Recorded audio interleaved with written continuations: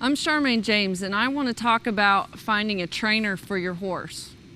Okay, so when you're first starting your colt and he's a yearling, a 2-year-old, you want to find somebody who probably has got some reining training in them and who has really good credentials of not abusing or mistreating that horse.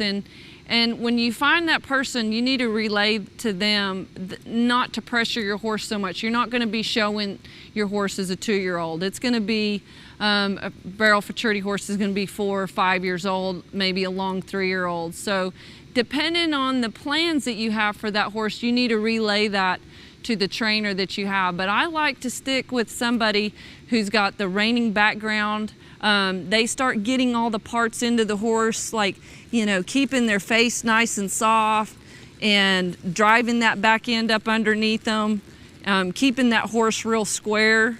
Those are all real important things, just good body control. That's what a reining person does. So I would put that horse in training for probably at least 90 days with somebody like that. Don't put him on the barrels until they get that training, would be my suggestion. And then looking for a barrel horse trainer, I would go to the reining trainer first, and then I would send that horse, if you want to put it in barrel training with somebody, find somebody that is reputable, that has a good reputation, that has a good win record, and that has horses that continue to win. Okay, if you want to take that horse on later on and maybe rodeo on it after they futuried it, make sure you pick a rider who is more concerned about the horse's welfare down the road versus somebody who's training it to win at one barrel race. And the rider that the first run out, just knowing that they want that horse to work good that first run, they might ask it a little more the second run. And knowing that you can kind of follow what that rider does. There's some trainers that it's really difficult for people to get on behind and ride.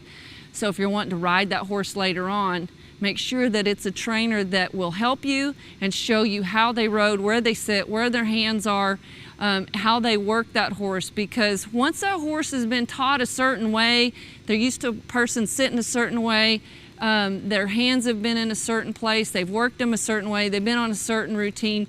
If you can stay with that, your success is going to be much easier down the road.